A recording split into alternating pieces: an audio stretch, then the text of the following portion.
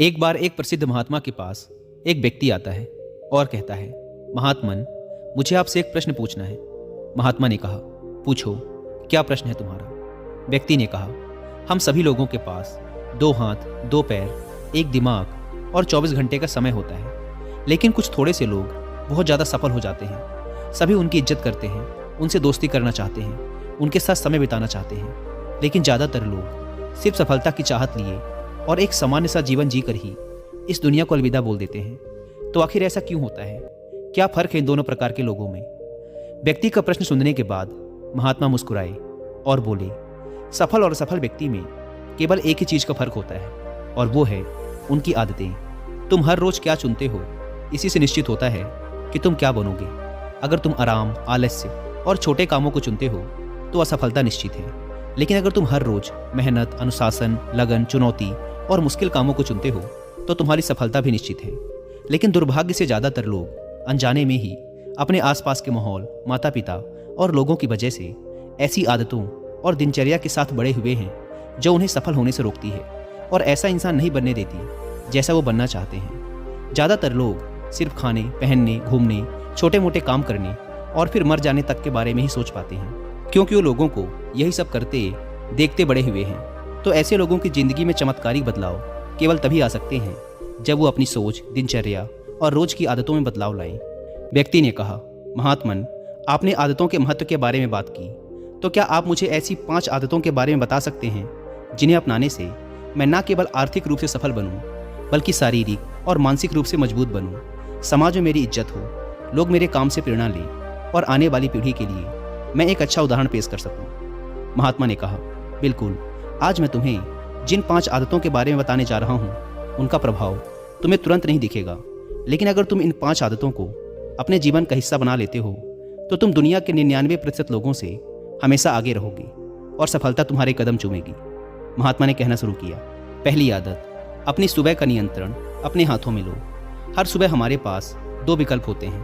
पहला, कि हम सोते हुए लगातार सपने देखते रहें, या फिर सुबह जल्दी उठकर उन सपनों को पूरा करने के लिए मेहनत करें। लेकिन दुर्भाग्य से ज़्यादातर लोग पहला विकल्प ही चुनते हैं और ख़ुद को बिस्तर के आराम से निकलने नहीं देते। और जब ये देर से सोकर उठते हैं, उसके बाद भी अपना सुबह का बचा हुआ समय फालतू के कामों जैसे इधर उधर घूमना या बैठकर दोस्तों या घर वालों के साथ गप्पे मारने में निकाल देते हैं। और ये एक असफल व शिकायत करने वाले व्यक्ति की पहली निशानी है। लेकिन अगर तुम सफल होना चाहते हो तो सुबह जल्दी उठकर पहले 2 घंटे खुद पर लगाओ। कम से कम 20 मिनट एकांत में पैदल घूमने के लिए जाओ। ऐसा करना तुम्हारे दिमाग में नए और सकारात्मक विचारों को जगह देगा। उसके बाद 20 मिनट का ध्यान करो। यह तुम्हें दिन भर शांत और प्रसन्नचित्त रखेगा। कम से कम 30 मिनट रोज व्यायाम करो। इससे तुम्हारा शरीर ताकतवर और ऊर्जावान बनेगा। यह तुम्हारे आत्मविश्वास को बढ़ाता है। रोज सुबह 15 मिनट सूर्य की रोशनी शरीर पर पड़ने दो। ऐसा करना तुम्हें निरोगी रखने के साथ साथ तुम्हारी निराशा भरी मानसिकता को कम कर तुम्हारे अंदर आशा और उम्मीद बढ़ाता है।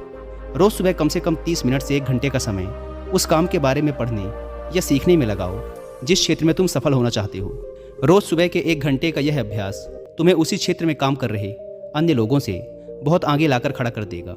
सुबह के 5 घंटे सबसे ज़्यादा ऊर्जावान होते हैं, इसीलिए इस समय किसी दूसरे के हाथ मत आओ। सुबह के इस समय को खुद को बेहतर बनाने और अपने लक्ष्यों को पूरा करने में लगाओ। दिन के सबसे मुश्किल काम को सुबह सुबह ही खत्म करने की आदत डालो।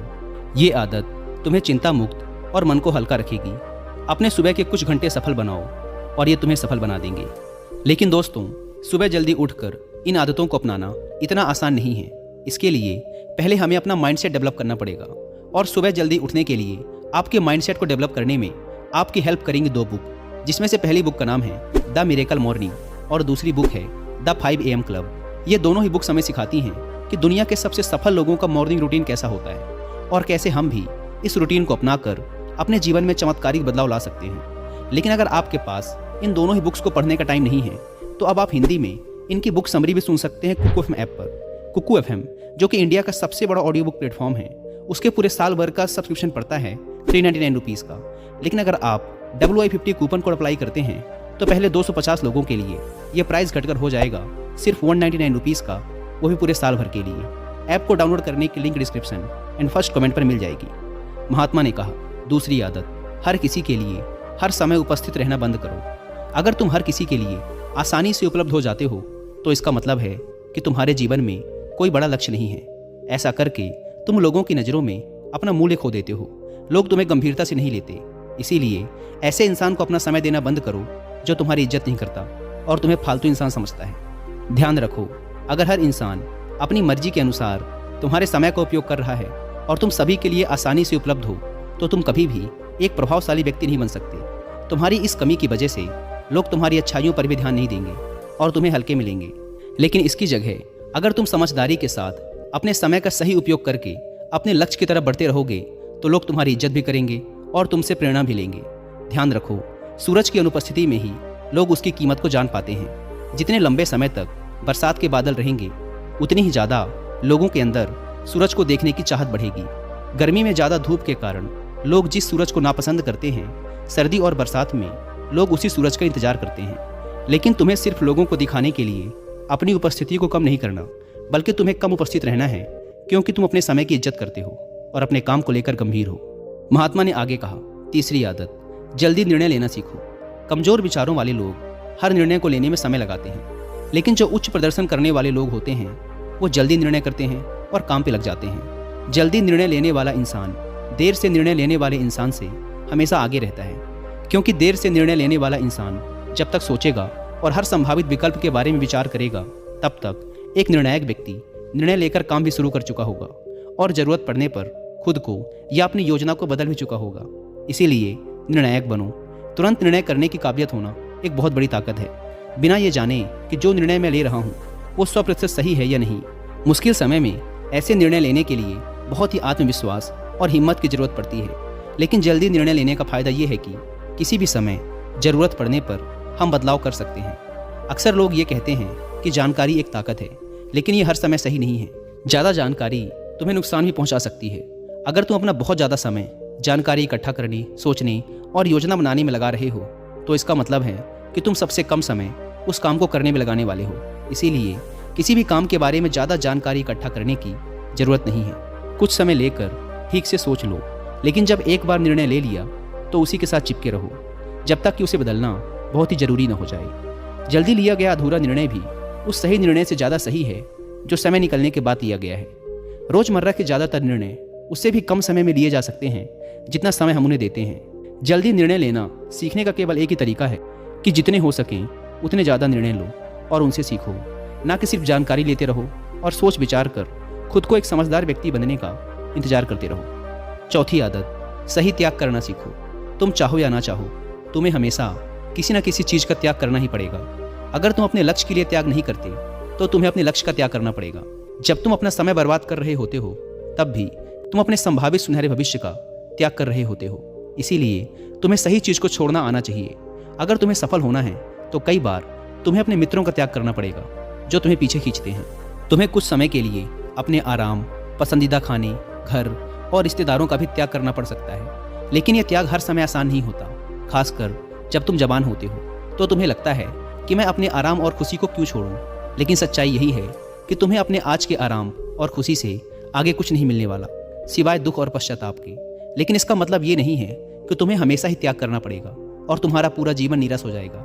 ये त्याग सिर्फ कुछ समय के लिए है, लेकिन एक बार जब तुम सफल हो जाओगे तो तुम्हें उतने त्याग नहीं करने पड़ेंगे जितने तुम्हें आज करने पड़ रहे हैं। लेकिन समस्या ये है कि ज़्यादातर लोगों को तुरंत ही खुशी और सफलता चाहिए, जो उन्हें आज छोटे मोटे त्याग करने से भी रोकती है। लेकिन त्याग का दूसरा पहलू ये भी है कि एक इंसान के रूप में तुम अपने सर्वोच्च क्षमता तक पहुंच सकते हो और वो सब कुछ हासिल कर सकते हो जिसके तुम सपने देखते हो।